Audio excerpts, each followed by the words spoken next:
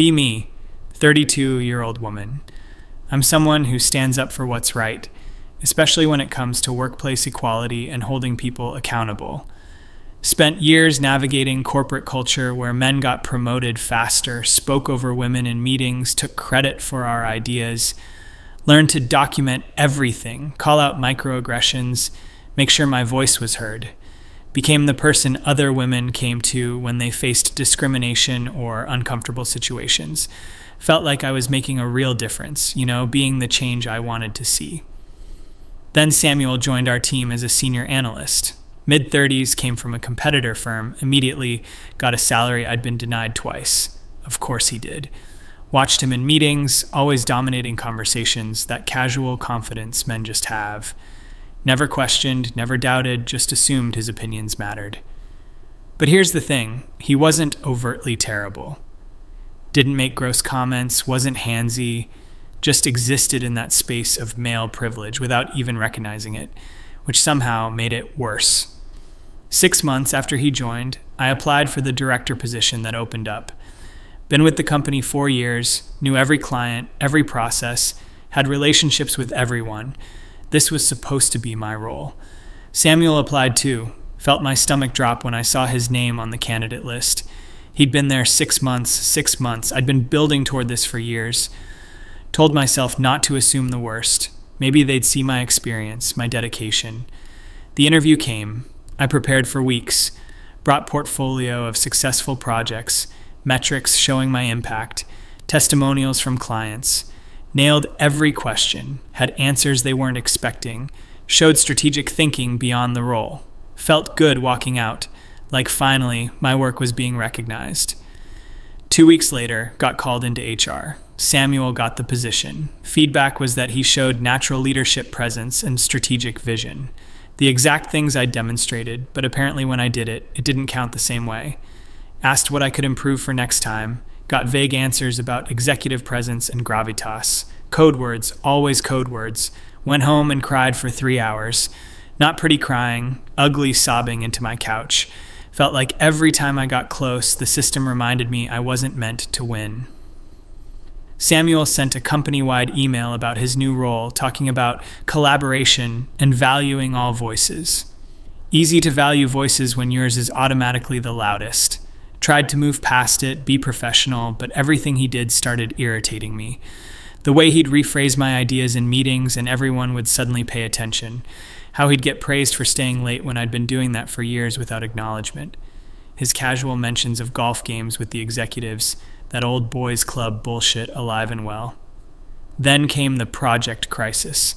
Major client threatening to leave, deliverables. Behind schedule, team morale tanked. Samuel called an emergency meeting, looked stressed for the first time, started assigning blame, pointing fingers at everyone but himself. Said my work stream had caused delays that cascaded across the project. Complete lie. My team had flagged risks 2 months ago that he'd ignored because he wanted to hit unrealistic deadlines. I had emails, documentation, everything proving I'd raised these concerns, stood up in that meeting and said so. Calmly, professionally, with receipts. Showed the email chain where I'd explicitly warned about this exact scenario. Samuel got quiet, face red, everyone looking at him. Meeting ended awkwardly, people filed out avoiding eye contact. Thought maybe, finally, his incompetence would be visible. Next day, got called to HR again. Complaint filed against me for creating a hostile work environment and insubordination. Apparently challenging your director in a meeting was now a fireable offense. Sat there listening to HR read back a totally distorted version of what happened. How I'd aggressively confronted Samuel, undermined his authority, made the team uncomfortable. Showed them my documentation, the emails, the proof. They nodded, said they'd consider it, but I could see that it didn't matter. His word as director carried more weight. Got put on a performance improvement plan. Me, who'd never had anything but stellar reviews. Suddenly, I was the problem employee. Watched Samuel continue like nothing happened, playing the victim to anyone who'd listen. Heard through the grapevine, he told executives I was difficult to work with and resistant to feedback. My reputation, 4 years of credibility being dismantled to cover his ass. Started having panic attacks before work. Couldn't sleep. Constantly anxious. Felt like I was losing my mind. Friends told me to lawyer up, file complaints, fight back through proper channels. But I'd seen how those channels worked. HR protected the company, and the company had invested in Samuel. Felt so powerless, so fucking powerless. Every avenue I was supposed to use, every proper procedure designed to protect people like him. Then something shifted in me. Not a good shift, looking back. Started thinking about how men like Samuel never really faced consequences, how the system bent over backward to excuse them, protect them, promote them, while women who fought back got labeled difficult, emotional, problematic. Thought about all the times I'd played by the rules and lost, documented properly, spoke up professionally, followed procedures, and where had it gotten me? On a PIP, reputation destroyed, watching my career implode. Started researching, going down internet rabbit holes late at night, reading about men who'd finally faced accountability, noticed how only one type of accusation really stuck, really mattered. Could be incompetent, mediocre, even discriminatory and get away with it. But certain accusations, those actually had consequences. Started thinking dangerous thoughts. What if Samuel faced real accountability? What if I used the one weapon that actually worked? Told myself I was just exploring the idea, not serious, but kept thinking about it, planning it out in my head. Knew it was wrong, but the anger had rotted something inside me. Convinced myself he deserved it for what he'd done to my career. Convinced myself this was justice, evening the scales. Convinced myself a lot of things that weren't true. 3 weeks later, filed a police report. Said Samuel had sexually assaulted me at a company happy hour 2 months prior. Chose a date we'd actually both been there, made it believable. Said he'd cornered me in the hallway near the bathrooms, forced himself on me, touched me, without consent.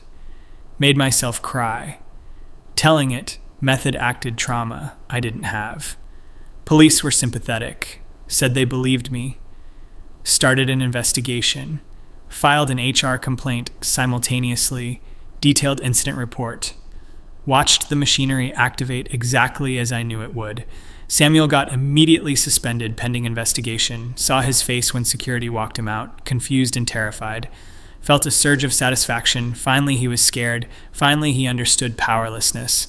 Told myself he'd brought this on himself. Company took it seriously because they had to. Liability and optics. Detective called me multiple times for statements. Stuck to my story, added details each time to make it more real.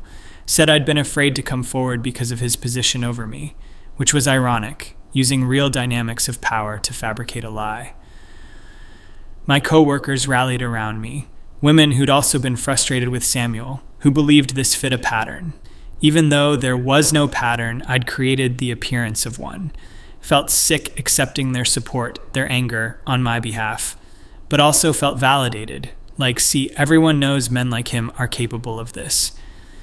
Convinced myself I was probably right, even if the specific incident was invented. The mental gymnastics were Olympic level. Samuel hired a lawyer, denied everything, said he'd barely interacted with me that night, started pulling evidence, asking for witnesses, security footage. Felt my stomach drop when his lawyer mentioned cameras. Hadn't thought about cameras. Fuck. But the bar had shitty coverage. Hallway near bathrooms wasn't clearly visible.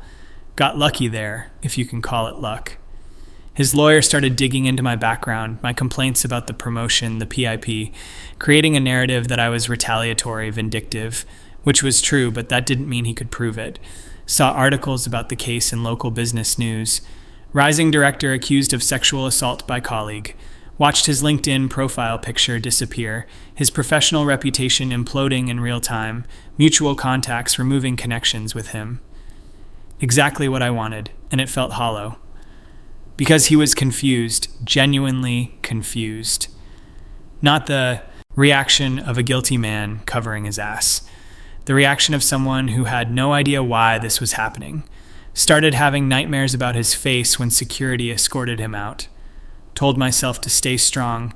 I'd committed now. Detective kept investigating, asking for phone records, emails, any communication between us. Didn't have much. We'd mostly interacted in professional contexts. Became a he said, she said situation. Prosecutor's office got involved, reviewing the case. They seemed skeptical, asked pointed questions.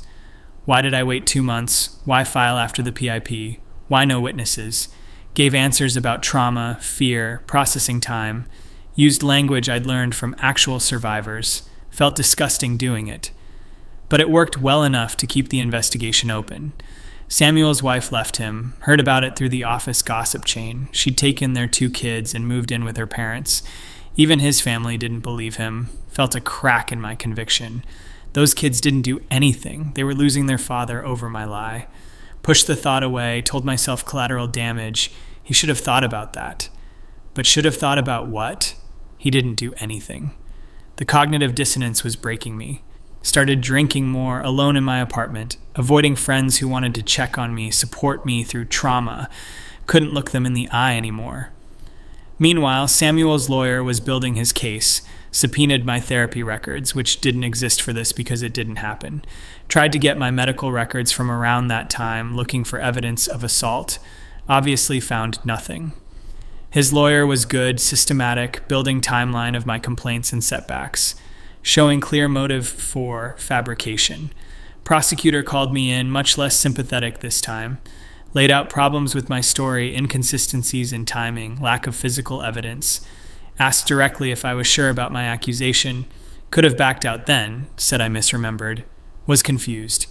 But I'd gone too far, would face consequences for false reporting. Doubled down instead. Got indignant. Said they were protecting him like everyone always protects men. Used my real anger about real things to fuel a lie. Prosecutor looked disgusted with me, not him. Told me they were continuing investigation, but I should prepare for possibility of no charges. Felt the ground shifting under me. Back at work, I'd been transferred to different team, away from Samuel's department. Special accommodations for my trauma. Coworkers treated me delicately, like I might break. Hated it, hated them, hated myself. Started making mistakes in my work, couldn't concentrate. The PIP was still active, performance actually declining now. Whole thing had consumed my life and destroyed the career I'd been trying to save. 6 months into investigation, Samuel's lawyer found something. My personal laptop search history, subpoenaed through my internet provider, showed I'd researched how to file sexual assault report, and he said she said assault cases 2 days before the alleged incident. Not after, like someone processing trauma would. Before. Prosecutor called, said they were closing the case, no charges. Furthermore, they were referring it to DA for potential false reporting charges against me. My hands shook holding the phone. Asked what that meant, she said I could face criminal charges myself. Up to 3 years in prison in this state. Hung up and threw up in my trash can. Samuel's lawyer sent letter to my employer with the evidence. Got called to HR. They had the search history, the prosecutor's statement. Asked if I wanted to explain. Couldn't. Just sat there silent. Terminated for cause, effective immediately. Violation of code of conduct, making false accusations, damaging company reputation. Walked out with a box of my desk items. 4 years gone. No severance, no references. Reputation destroyed in the industry. Samuel was reinstated with full back pay and public apology from the company.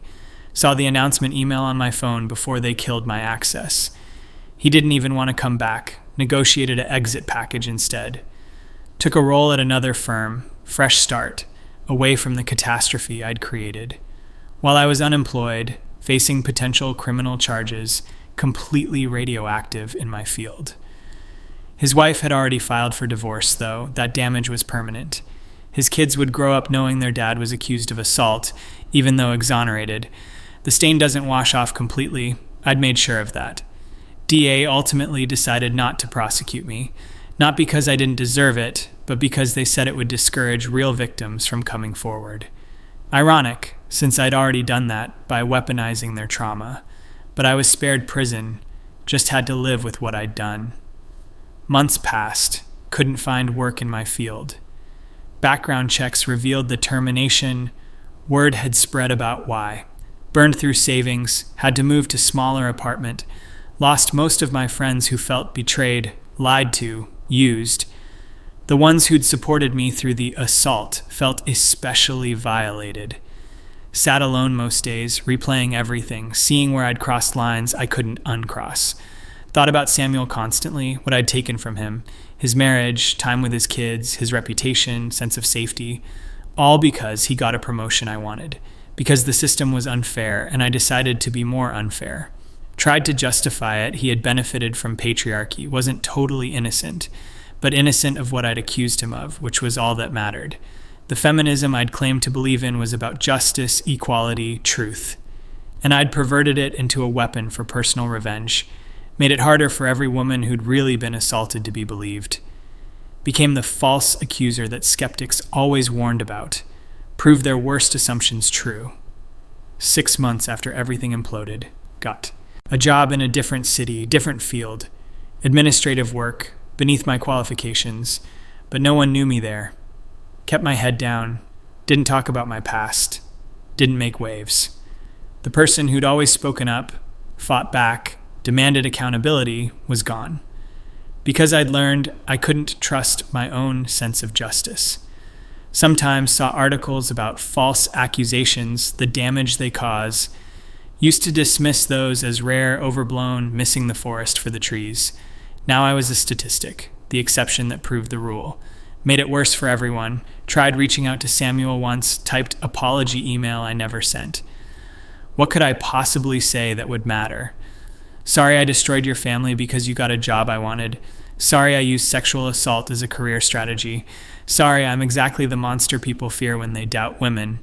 Deleted the draft. He deserved to never hear from me again. Therapy helped somewhat, unpacking why I'd done it. The powerlessness, the rage, the entitlement to revenge. Belief that my pain justified any retaliation. That being a victim of systemic injustice meant I couldn't victimize others. Learned those were all lies I'd told myself. 2 years later now, different person in some ways. Work my mediocre job. Go home. Don't get involved. See workplace unfairness and stay quiet because I've lost the moral authority to speak. That might be the worst consequence, silencing myself forever. Think about the women at my old company who needed someone to advocate. Can't be that person anymore. Ruined it. Sometimes wonder if Samuel thinks about that night. The accusation. If he flinches when women enter his office, keeps doors open, records conversations. The permanent defensive crouch of someone falsely accused. I did that to him, me, with my principles and my feminism and my conviction that I was fighting the good fight. Became exactly what I claimed to oppose. Someone who abused power dynamics for personal gain. Someone who treated another person as collateral damage in my narrative. Someone who believed the ends justified the means until the means destroyed everything. Just living with it, trying to be better, knowing I can't undo the harm. Supporting survivors of actual assault financially now, anonymously, it's not enough. Nothing's enough. This is my confession, my truth, my unforgivable mistake. I am what I hate, and I have to live with that forever.